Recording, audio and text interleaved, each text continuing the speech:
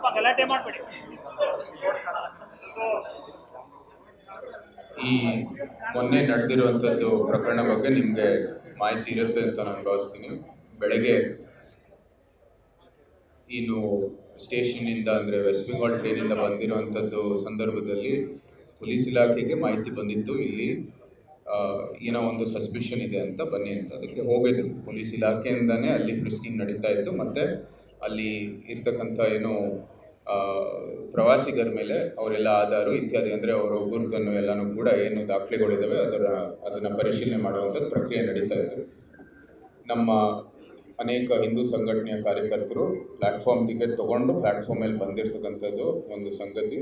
ಅವ್ರು ಬಂದಿರೋದು ಅಲ್ಲಿ ಜೊತೆಗೆ ಪೊಲೀಸ್ ಇಲಾಖೆ ಜೊತೆಗೆ ಅವರ ಯಾವುದೇ ರೀತಿ ಅವರ ಏನು ಪ್ರಕ್ರಿಯೆಯನ್ನು ಅಥವಾ ಅವರು ಮಾಡ್ತಾ ಇರುವಂಥದ್ದು ಕೆಲಸಕ್ಕೆ ಏನೇ ಒಂದು ಸಮಸ್ಯೆ ಕ್ರಿಯೇಟ್ ಮಾಡದೇನೆ ಅವ್ರ ಜೊತೆಗೇ ಕೆಲಸವನ್ನು ಮಾಡ್ತಾ ಇರ್ತಕ್ಕಂಥದ್ದು ಎಲ್ಲರಿಗೂ ತಿಳಿದಿರ್ತಕ್ಕಂಥ ಸಂಗತಿ.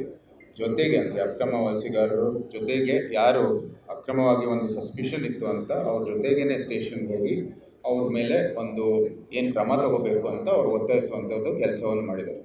ಆವಾಗ ಈ ಅಕ್ರಮವಾಗಿ ಬಂದಿರೋರು ಏನು ಸಸ್ಪಿಷನ್ ಇದೆ ಅವ್ರ ಮೇಲೆ ಕ್ರಮ ತಗೊಳ್ಳೋದು ಬದಲು ನಮ್ಮ 6 ಕಾರ್ಯಕರ್ತರ ಮೇಲೆ FIR ಅನ್ನು ರಿಜಿಸ್ಟರ್ ಆಗಿರ್ತಕ್ಕಂಥದ್ದು ಎಲ್ಲರಿಗೂ ಗೊತ್ತಿರುವಂಥದ್ದು ಒಂದು ಸಂಗತಿ. ಅದು ಸಹಜವಾಗಿ ಎಸ್ಕಲೇಟ್ ಆಗಿದೆ. ಅದಾದ ನಂತರ ನಾವೇ ಎಲ್ಲ ಕಾರ್ಯಕರ್ತರು ಎಲ್ಲ ವರಿಷ್ಠರು ಪಕ್ಷದ ಎಲ್ಲ ವರಿಷ್ಠರು ಕೂಡ ಬಂದು ಅಲ್ಲಿ ಅದೇನು ಬಗೆಹರಿಸ್ಬೋದಾಗಿದೆ ಅದು ಬಗೆಹರಿಸ್ಬಿಟ್ಟು ಅವ್ರನ್ನ ಆಚೆಗೆ ತೆಗೆದಿರ್ತಕ್ಕಂಥದ್ದು. ಪಾರದರ್ಶಕವಾಗಿ ನೀವು ತನಿಖೆ ಮಾಡಿ, ನಮ್ದು ಏನು ಸಮಸ್ಯೆ ಇದೆ. ಆದರೆ ಇವತ್ತು ಏನು ಹಿಂದೂ ಸಂಘಟನೆಯಲ್ಲಿ ಅಥವಾ ಹಿಂದೂ ಸಂಘಟನೆಯ ಒಂದು ಕಾರ್ಯಕರ್ತರಾಗಿ ಗುರುತಿಸೋರನ್ನ ನೀವು ಗುರಿಯಾಗಿ ಇಟ್ಕೊಂಡು ಮಾಡುವಂಥದ್ದು ನಿಜಕ್ಕೂ ಖಂಡನೀಯ. ಯಾಕೆಂದರೆ ಇವತ್ತು ನಾವಿಬ್ಬರೂ ಒಂದೇ ಕಡೆಯಲ್ಲಿರೋದು. ಯಾರು ಅಕ್ರಮವಾಗಿ ದೇಶ ಒಳಗೆ ಬರ್ತಾ ಇದ್ದಾರೆ, ರಾಷ್ಟ್ರ ಒಳಗೆ ಬರ್ತಾ ಇದ್ದಾರೆ, ಅವ್ರ ಮೇಲೆ ಕ್ರಮ ತಗೋಬೇಕಾಗಿದೆ. ಮತ್ತು ಕನ್ನಡಿಗರು ಇಲ್ಲಿ ಕರ್ನಾಟಕದಲ್ಲಿ ನಾವು ಕನ್ನಡಿಗರೇ ಇರಬೇಕು ಅಂತ ಭಾಳ ದೊಡ್ಡ ಹೋರಾಟ ನಡೀತಾ ಇದೆ. ಆದರೆ ಇವಾಗ ಅಕ್ರಮವಾಗಿ ವೆಸ್ಟ್ ಬೆಂಗಾಲಿಂದ ಬರ್ತಾ ಇರೋದು ಅಥವಾ ಎಲ್ಲೋ ಬೇರೆ ಕಡೆಯಿಂದ, ವೆಸ್ಟ್ ಬೆಂಗಾಲಿಂದ ಬರ್ತಾ ಇಲ್ಲ ಇವರು, ನಿಜಕ್ಕೂ ಬಾಂಗ್ಲಾದೇಶಿಂದ ಬರ್ತಾ ಇರುವಂಥದ್ದು ಒಂದು ಸಸ್ಪಿಷನ್ ಆರೋಪ ಇದೆ. ಅದು ಏನು ಗಂಭೀರವಾದಂಥ ಆರೋಪ, ನಾವು ಯಾವುದೇ ಒಂದು ನೆಲೆಗಟ್ಟಿಲ್ದೇ ಆರೋಪವನ್ನು ಮಾಡ್ತಾ ಇದ್ದೀವಿ. ಆ ಒಂದು ಹಿನ್ನೆಲೆಯಲ್ಲಿ ಇವರು ಅವ್ರ ಮೇಲೆ ಕ್ರಮ ತಗೋಬೇಕಾಗಿದೆ.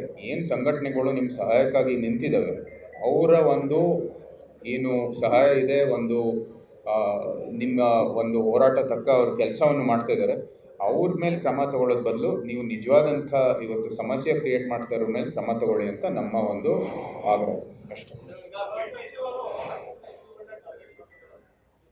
ನೋಡಿ, ಒಂದು ಸಹಜವಾಗಿ ನಾವೆಲ್ಲರೂ ನಾಯಕರಾಗಿ ನಮ್ಮ ನಡವಳಿಕೆ, ನಮ್ಮ ಎಲ್ಲ ಕಾರ್ಯಕರ್ತರು ಇರ್ಬೋದು, ನಮ್ಮ ಅಡಿಯಲ್ಲಿರುವಂಥದ್ದು ಎಲ್ಲ ಇಲಾಖೆಗಳು ನೋಡಿಕೊಂಡು ಅವರು ಕೂಡ ಅದೇ ರೀತಿ ವರ್ತಿಸುವಂಥದ್ದು ಸಹಜವಾಗಿ ಆಗೇ ಆಗುತ್ತೆ. ಮೇಲ್ಮಟ್ಟದಲ್ಲೇ ಇವತ್ತು ಗೃಹ ಮಂತ್ರಿಗಳು ಹಿಂದೂ ಸಂಘಟನೆಗಳ ಮೇಲೆ ಕ್ರಮ ತಗೊಳ್ಳುವಂಥದ್ದು, ಹಿಂದೂ ಸಂಘಟನೆ ವಿರುದ್ಧವಾಗಿ ಮಾತಾಡುವಂಥದ್ದು ನೋಡಿ ಬಹುಶಃ ಪೊಲೀಸ್ ಇಲಾಖೆಯಲ್ಲಿ ಒಂದು ರೀತಿಯ ಒಂದು ಅರಿವನ್ನು ಬಂದಿರ್ಬೋದು. ನಾವು ಹಿಂದೂ ಸಂಘಟನೆ ಮೇಲೆ ಕ್ರಮ ತಗೊಂಡ್ರೆ ಬಹುಶಃ ಇದು ನಮ್ಮ ಒಂದು ಗುಡ್ ವಿಲ್ ಜನರೇಟ್ ಮಾಡೋದಕ್ಕೆ ಒಂದು ಒಳ್ಳೆಯ ಮಾರ್ಗ ಅಂತ ಒಂದು ರೀತಿಯ ಮಾಹಿತಿ ಬಂದಿರ್ಬೋದು. ಅದಕ್ಕಾಗಿ ಇವರು ಇಂಥ ಕ್ರಮಗಳು ತಗೋತಾ ಇದ್ದಾರೆ ಅಂತ ಇವತ್ತು ಸ್ಪಷ್ಟವಾಗಿ ನಮಗೆ ಮೈಸೂರಿನಲ್ಲಿ ಕಾಣ್ತಾ ಇದೆ.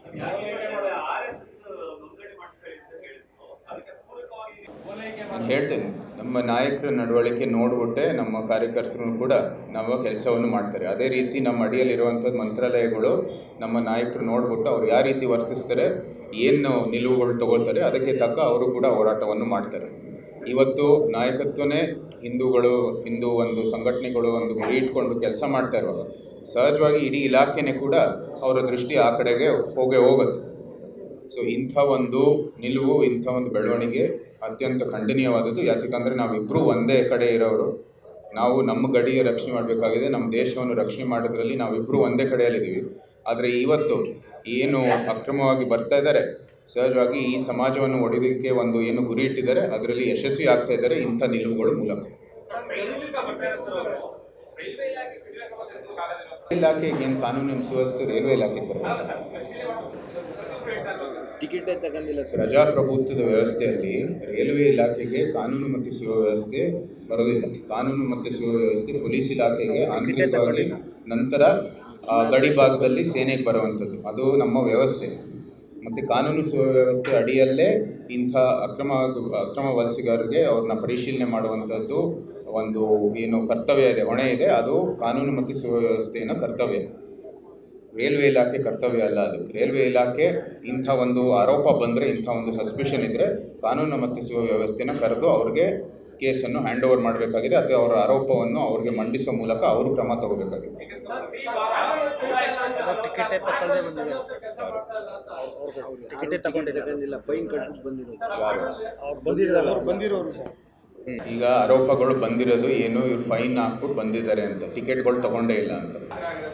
ರೈಲ್ವೆ ಇಲಾಖೆ ಚೆಕ್ ಮಾಡೋದ ಮೂಲಕನೇ ಇದು ಮಾಹಿತಿ ಬಂದಿರೋದು. ಪೊಲೀಸ್ ಫೋರ್ಸ್ ಬಂದ್ಬಿಟ್ಟು ಪ್ಲ್ಯಾಟ್ಫಾರ್ಮಲ್ಲಿ ಇವ್ರನ್ನ ಪರಿಶೀಲನೆ ಮಾಡುವಂಥದ್ದು ಯಾವ ಮಾಹಿತಿ ಒಂದು ಆಧಾರ ಮೇಲೆ ರೈಲ್ವೆ ಇಲಾಖೆ ಹೇಳಿದ್ದಕ್ಕೆ ಬಂದಿರುತ್ತೆ ತಾನೇ.